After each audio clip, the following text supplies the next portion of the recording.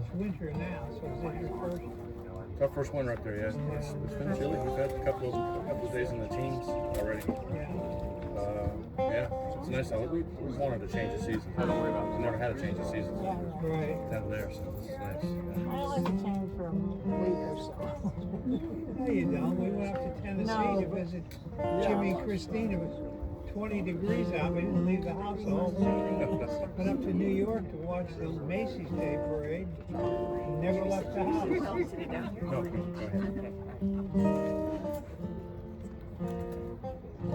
been sitting in the car for the last 2 days, so. But I hear you had a more interesting trip. The award for best trip. Yeah. That's first trip. Is Netflix going to make a movie about it? I mean, it could be a really short. Yeah. I think that movie was called Planes, Trains, and Automobiles. We did look at it.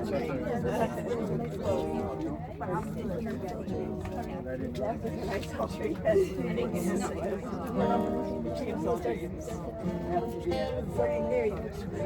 Thank you. Oh, wow.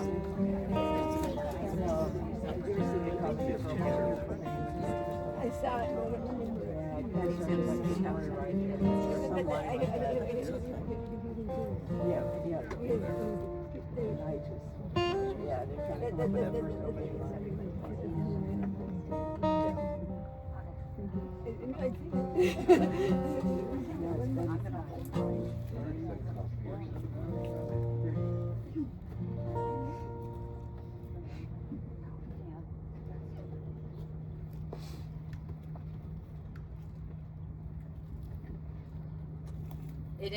It is my heartfelt honor to begin this celebration of life for my dad.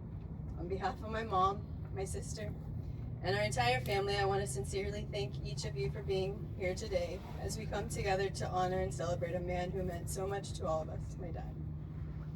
A life well lived. Today we gather hearts entwined to honor a soul so rare, so kind, a man of strength, a guiding light, whose love and wisdom made life bright. He walked with grace through every day, giving so much in his own way. A laugh, a smile, a steady hand, a father's love so vast, so grand. His journey here has reached its rest, but in our hearts he's ever blessed. The lessons taught, the love he gave, will echo far beyond the grave. So let us celebrate, not mourn, a life so vibrant, richly worn. With stories shared and tears that heal, we honor the man whose love we feel. In every memory, his spirit thrives, forever present in our lives. Though he is gone, we'll keep him near, in every laugh, in every tear.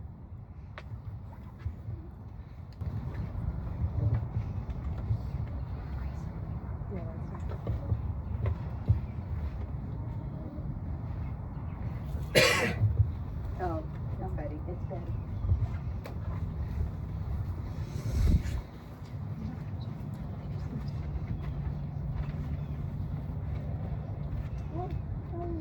Good morning, everyone. And Mary, thank you for letting me be a part of this. I come to celebrate James Kucera's life. And I want to thank the Father that we have the freedom to come before him with praise and thanksgiving. We thank you for blessing us with Richard Kucera. We thank you that he was a loving husband and friend to Mary, that he was dedicated father to Mayra and Ana, and as they married to their families, his grandchildren, he loved being a grandfather. He was a loving son and brother and a much-loved uncle. He was a friend to us gathered here today. We thank you, Father, for the love, compassion, and gentle spirit that he showed us. We learned from his creativity and his quest for knowledge. We loved hearing him play the guitar. We laughed with him at his wit and the stories that he told us. And we are going to remember him with love and hope. And when we're sad, we ask you to bring to memory your words. In Proverbs 35, it tells us that every word of God proves true, and that it's a shield to those who take refuge in him. And 2 Chronicles, we're told that the eyes of the Lord run to and fro throughout the whole world to show himself strong on behalf of them whose hearts are committed to him. John 14:27 teaches us that Jesus tells us, "Peace I leave with you, my peace I give to you. I do not give it to you as the world gives. Do not let your hearts be troubled and do not be afraid." So maybe we could pray the Lord's Prayer together. Matthew and Luke both tell us to pray in that way. Please join me. Our Father, who art in heaven, hallowed be thy name. Thy kingdom come, thy will be done on earth as it is in heaven. Give us this day our daily bread. Forgive us our trespasses as we forgive those who trespass against us. Lead us not into temptation, but deliver us from evil. For thine is the kingdom, the power, and the glory forever. Amen.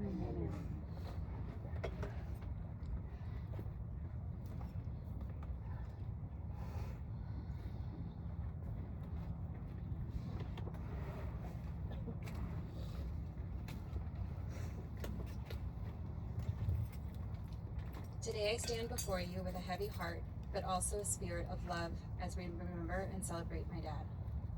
I know many of you are familiar with his nickname, the Poopster.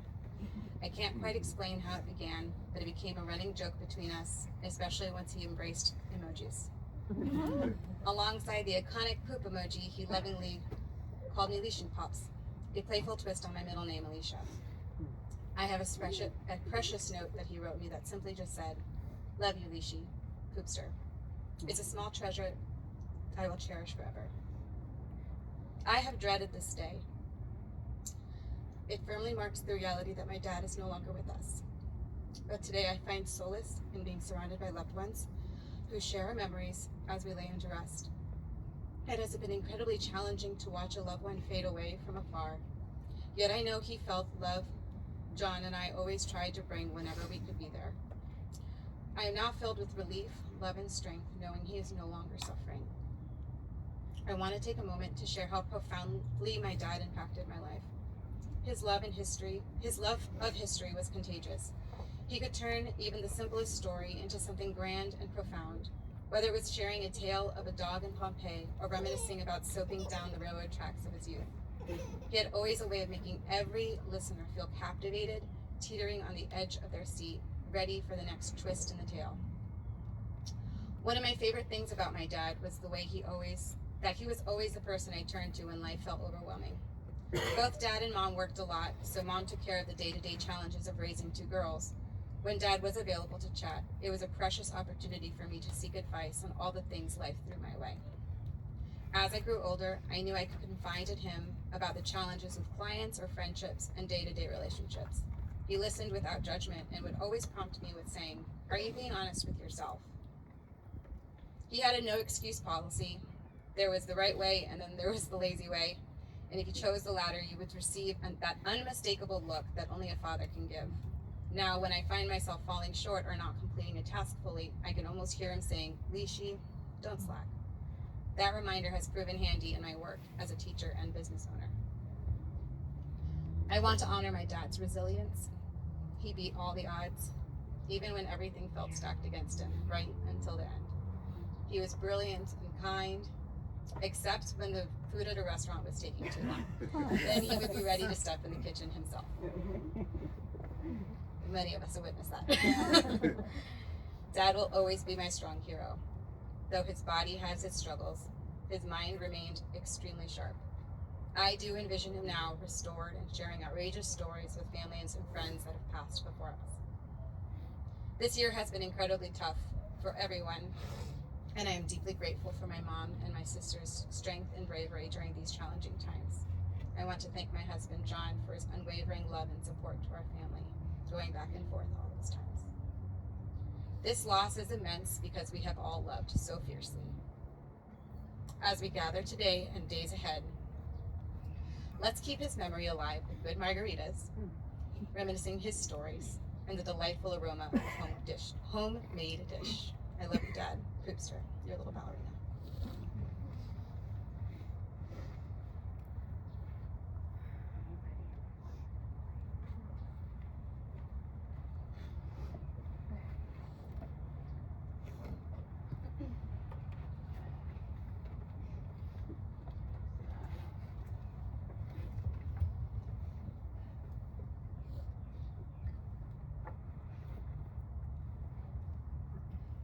Daddy. I'm doing good, alright? Alright. We all knew the end was near. In fact, we had been preparing to say goodbye for quite some time. This gave us the opportunity to have difficult discussions with him, to share sad but meaningful conversations, and to try to ready ourselves for the inevitable. But now living through it, I can tell you that nothing truly prepares you for this moment. What I can say with absolute certainty is that my dad fought until his very last breath to stay with us. He held on for as long as he could. He was a fighter, and we were his reason. In May, I had read to him what I would say today. I wanted him to hear it, to know how deeply loved he was. He was always astonished by the unconditional love we had for him, and would often ask, what did I ever do to deserve this? Without hesitation and with all the truth in our hearts, we reassured him that he was everything to us, and that you get what you give in life. Hold on. Okay. We loved him so much. He was our dad, my kid's grandpa, and he was my mom's person. Hold on, we need to.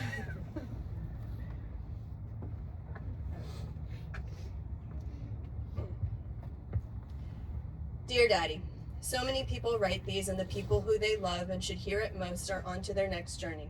So here's what I will say on the most dreaded day of my life, the day we say goodbye to you. Dad, man, you were perfect. No matter how much you think you weren't, you truly were perfect in my eyes.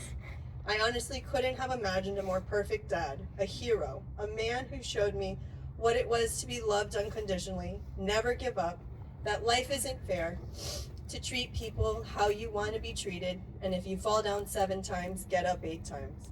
You always have the best advice. I'll be lost when you're not here to turn to.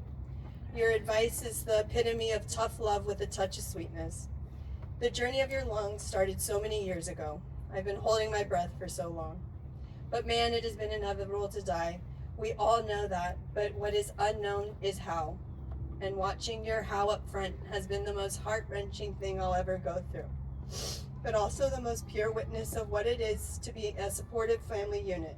I still remember getting the phone call that you got your lung, to waiting in the elevator at the stadium to head to the hospital, thinking this could be the last time in here having my dad. But you were a transplant rock star, and you pushed for us, and we got 6 more years with you. So many more memories, and so much more love from you. My kids got to know their grandpa and love you. You did that for us. Thank you. This world and the people you touched won't be the same. But Daddy, I love you so much. I will miss you every minute of every day. I don't know what will be my first instance that I'll miss. Hold on. I don't know what will be the first instance that will be my first man I wish I could call my dad, or the first holiday you won't be sitting at the table with us. But I know you'll be here with us always, because we will keep you alive in our memories, your stories, and in the way you taught me to live my life. Daddy, I know it wasn't easy, but it was worth it. Thank you for pushing through it for all of us. You will always be the guy who runs a mile every night in my eyes. You'll always be the most optimistic Dolphins fan. You'll always be the greatest man I will ever know.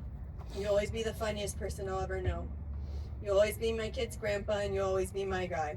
I will take care of Mom and Mayra. I'll make sure Mom gets her beach vacation, where she can wake up and put her feet in the sand and feel the sun on her face and take a deep breath and know the love of her life is no longer in pain and is resting peacefully. You can rest easy. We got each other. I love you endlessly and forever. Fast forward, I have had my first instance of needing my dad's advice and having a holiday that my dad isn't at a table. We miss him with every fiber of our being. The table feels empty, but yet full, and it isn't as funny. But we are doing our best, and I know my dad would be telling us to keep going.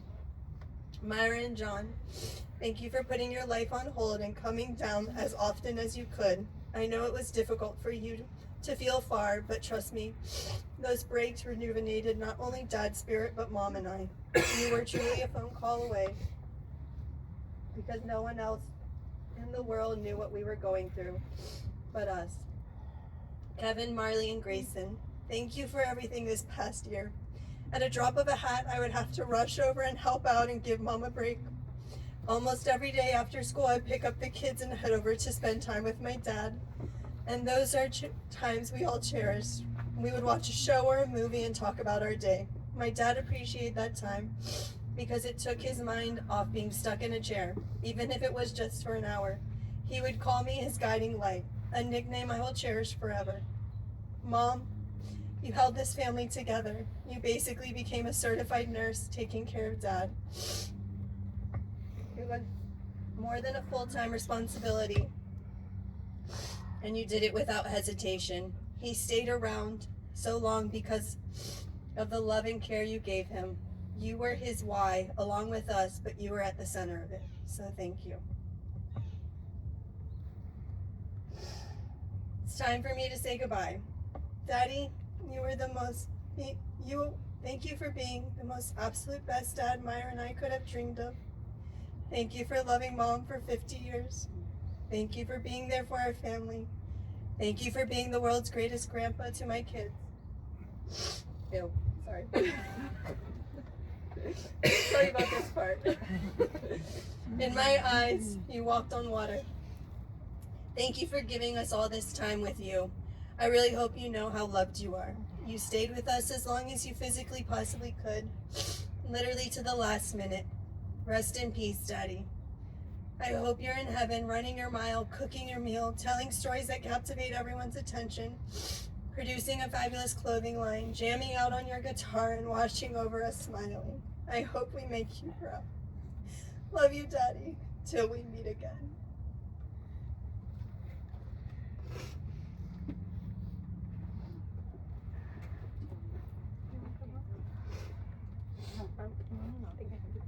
Oh, okay.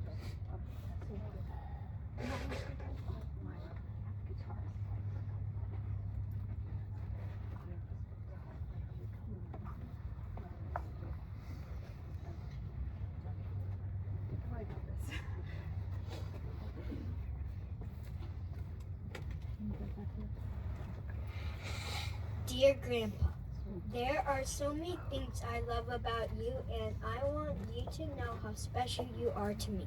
I love that you always helped me with my homework and made it fun. You are so patient and smart. I loved how funny you were. You always knew how to make everyone laugh. One of my favorite memories is when you would take gift bags and put them on your head and make funny faces. I'll never forget your cooking. It was the best. No one could cook like you. And thank you for teaching my brother about dinosaurs and showing us all your amazing artifacts, especially that megalodon shark tooth. Those moments were so cool, and sometimes we'll always remember.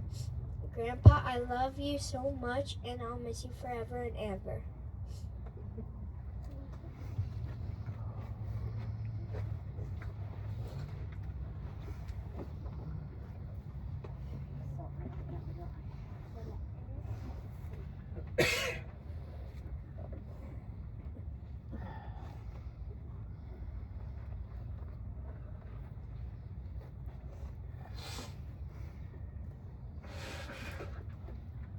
Okay, 50 years.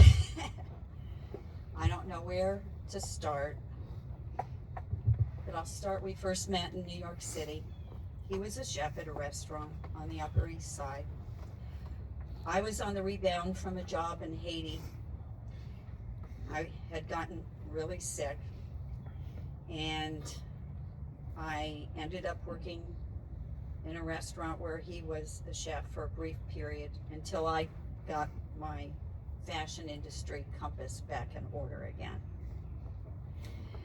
Dick had a passion for everything, absolutely everything, whether it was art, archaeology, history, textiles, politics, anybody, musicians, artists, anybody who sat in front of him knew something. He knew something even more than they knew. I don't know where it came from. His sister was the same way. They were two peas in the pod. The two of them could go at it for hours about everything. It was truly a remarkable gift, which over 50 years I almost became numb to it, because anything I said, he even knew more. So, his grandfather was a tailor, and his grandfather always picked at his clothes because they couldn't fit. So when he discovered I had a sewing machine, this was in the early 70s during the hippie period, he wanted to use my sewing machine, and there were no cell phones then. So I lived in an apartment on a second floor, and he would, instead of spending a quarter on a payphone, he'd throw the quarter at my window to let me know it was there. So he was insistent on making pants that fit, really fit, because then he was almost 6'6", and very thin, and they did not make tall man jeans then. No way. So the only thing he could get were these baggy, ugly things. So we went downtown to Pearl Street and bought used jeans by the pound, cut them up, and remade them into jeans. And him using the sewing machine. So, but over that faff, I had this dynamite German faff machine that my mother bought me for school in New York, which I still have. And the other night I was stitching up this undercloth, and I'm thinking, this machine sewed the first stitches of our relationship, and now I'm making his funeral cloth the last stitch of his relationship. And girls, nieces, you may have to help me. This artifact, this cloth here, is a gift from his sister, maybe last year for his birthday, and it's Kobo cloth? Kuba. And it's from the Congo in Africa, I believe. So that's a special cloth in his honor. And I'm gonna skip ahead. This urn is made by his niece Cindy from Phoenix, Arizona, with a tremendous amount of love. It's Bolivian rosewood. Cindy and her mother do collaborate on some art pieces together. His sister Carol is an artist and a painter, fine painter. So this is a beautiful piece of wood. Dick also enjoyed woodworking. Our house, our first home we bought, he had all the baseboards milled, and he sanded himself all the baseboards, all the wooden shutters, stained them, and painted them, finished them with, then it was polyurethane, I guess. Satin finish, but he labored over it. But anyway, he could do everything, whether it was wiring in the house for different things, building things, he built furniture, everything. So anyway,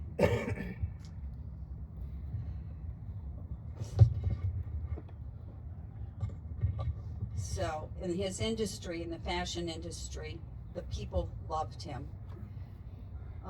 And he'd leave for work at 9 o'clock, he would not be home until 10.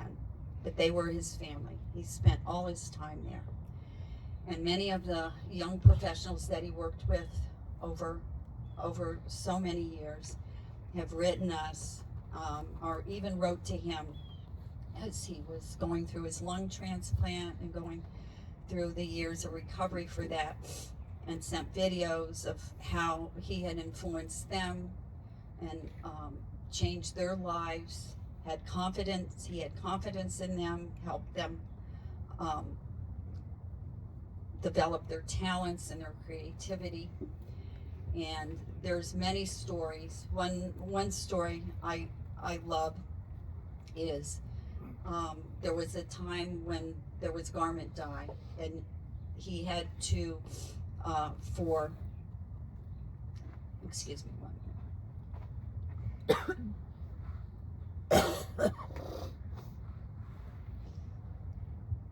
So for the trade, you had several fashion periods where you saw your buyers and people needed samples.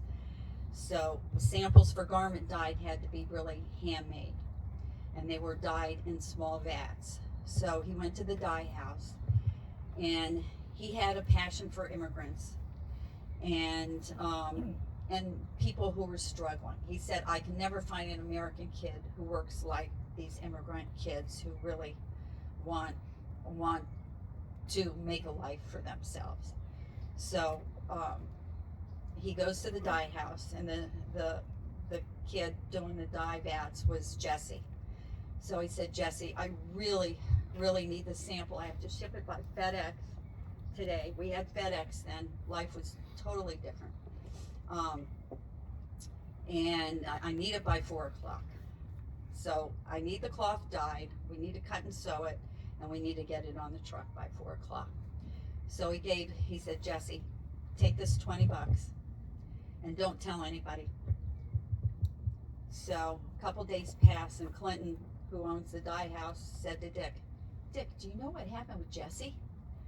He hasn't said a word since you were here the other day. And Dick was thinking, no, I don't know what happened. And he thought, oh my God, I gave him $20 and told him not to say anything. So, but P.S. Jesse ended up running the dye house. So, and then there was another factory worker, Medina, and the people who came in from Cuba many times lived in a space, worked in a space. They started with one machine, and then they'd add 2 machines and 3 machines, and then they'd have a factory over a period of years. And this one guy, Medina, who started with us when we were first manufacturing together for Fit to be Tied. His daughter grew up, became a doctor, and has a street named after her, a notable doctor in Hialeah, and has a street named after her. But this is the kind of impact he had on people.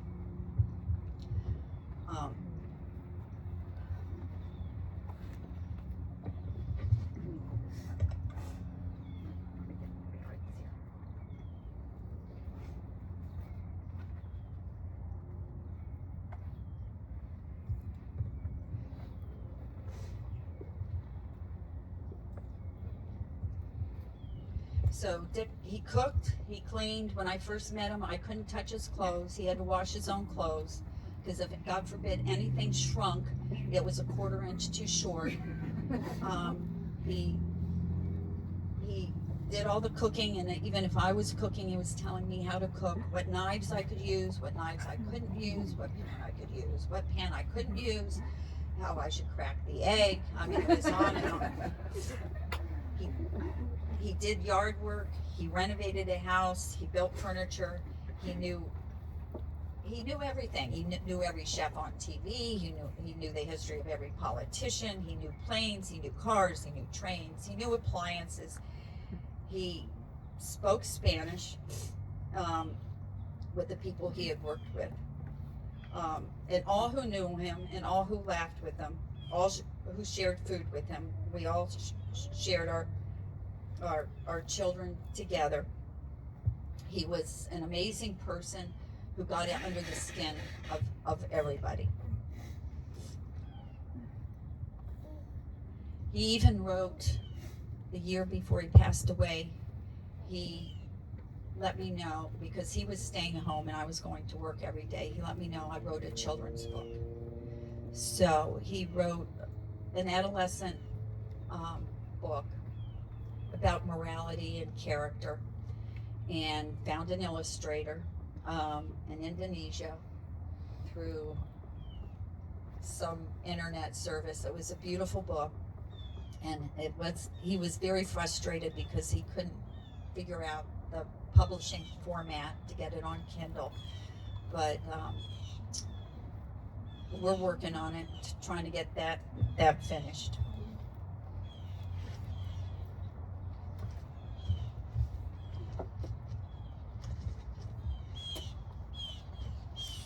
So, regarding God, Dick was a very complicated person. He knew there was a God, but he had conversations with himself and knew there were multi-levels of spirituality.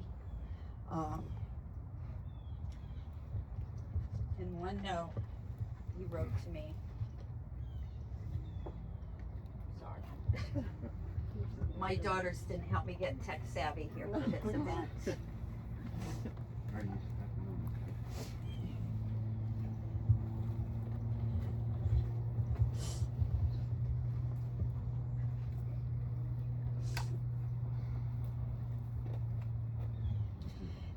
And this is Dick speaking to me.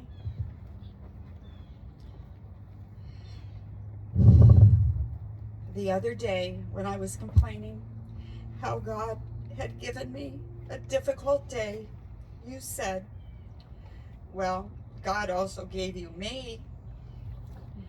And I thought about the words you said, and I realized you were right. And no matter what I say, or how I act, or how I feel, I would be very hard-pressed to live even one single day without your unconditional love you give me. You will forever be my one true love and my Valentine. All my love, Dick.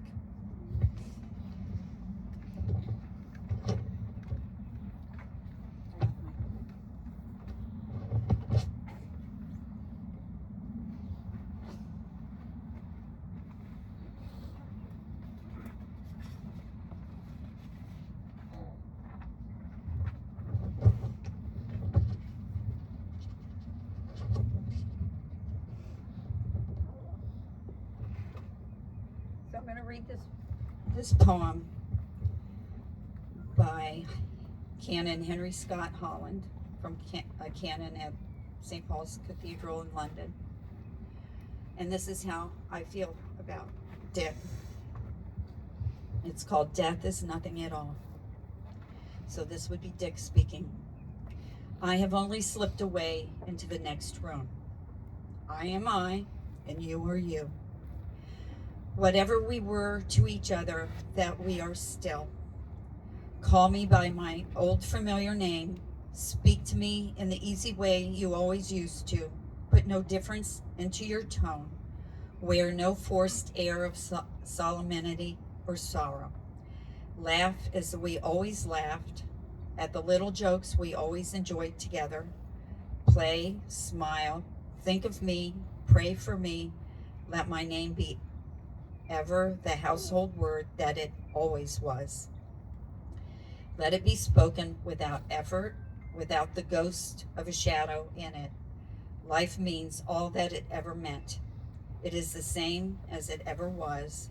There is absolute, unbroken continuity. What is death but a negligible accident? Why should I be out of mind because I'm out of sight? I am waiting for you for an interval somewhere very near, just around the corner. All is well. Nothing is past. Nothing is lost. One brief moment and all will be as it was before. How we shall laugh at the trouble of parting when we meet again.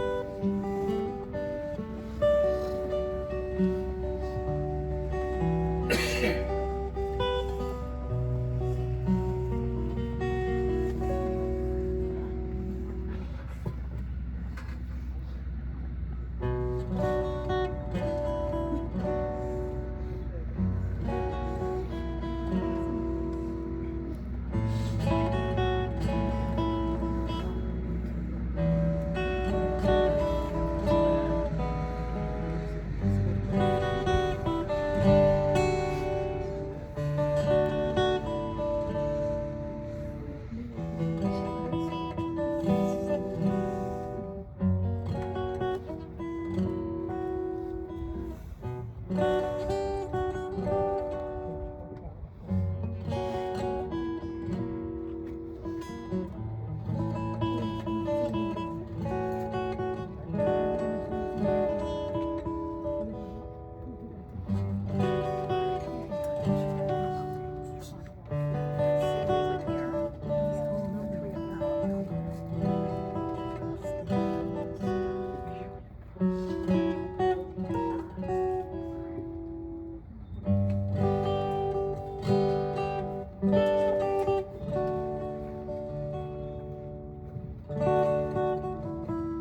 and gentlemen, if you'd like to follow.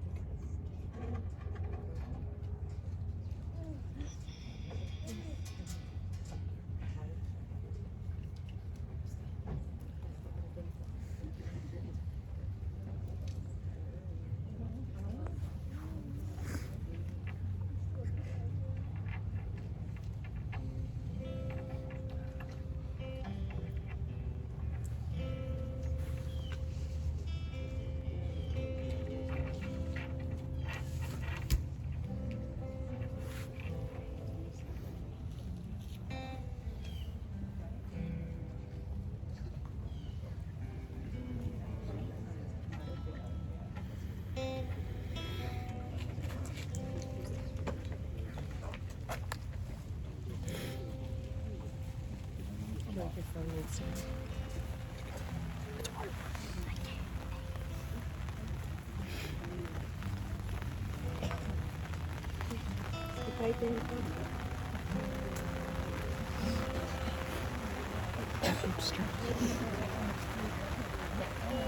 Ladies and gentlemen, on behalf of Brevard Memorial Park, it has been an honor to serve this family. Please keep them in your prayers. This does conclude our service. Thank you. You guys take it and run.